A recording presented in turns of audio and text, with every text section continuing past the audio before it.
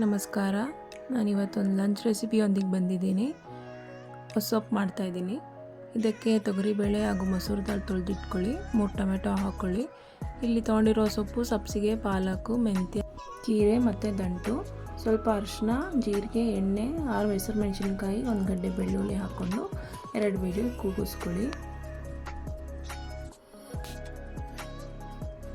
ಇನ್ನು ಯಾರ್ಯಾರು ನನ್ನ ಪೇಜ್ ಫಾಲೋ ಮಾಡಿಲ್ಲ ಪ್ಲೀಸ್ ಸಬ್ಸ್ಕ್ರೈಬ್ ಆಗಿ, ಪಕ್ಕದಲ್ಲಿರುವ ಬೆಲ್ ಐಕನ್ ಕ್ಲಿಕ್ ಮಾಡಿ. ಈಗ ಒಂದು ಜಾರ್ಗೆ ಕಾಯಿ ತುರಿ, ಈರುಳ್ಳಿ, ಬೇಯಿಸಿಟ್ಕೊಂಡಿರುವ ಟೊಮೆಟೊ, ಹಸಿರು ಮೆಣಸಿನ್ಕಾಯಿ ಹಾಕಿ ರುಬ್ಬಿಟ್ಕೊಂಡು ಬೇಳೆ ಮತ್ತು ಸೊಪ್ಪನ್ನು ಚೆನ್ನಾಗಿ ಸ್ಮ್ಯಾಶ್ ಮಾಡಿ ಇಟ್ಕೊಳ್ಳಿ.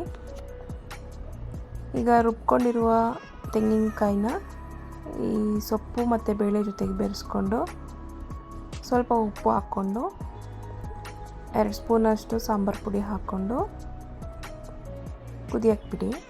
ಚೆನ್ನಾಗಿ ನೊರೆ ಬರೋ ಥರ ಕುದಿಯಬೇಕು. ಈಗ ಪಕ್ಕದಲ್ಲಿ ಒಂದು ಒಗ್ಗರಣೆ ಹಾಕ್ಕೊಳ್ಳೋಣ. ಇದಕ್ಕೆ 2 ಸ್ಪೂನು ಎಣ್ಣೆ,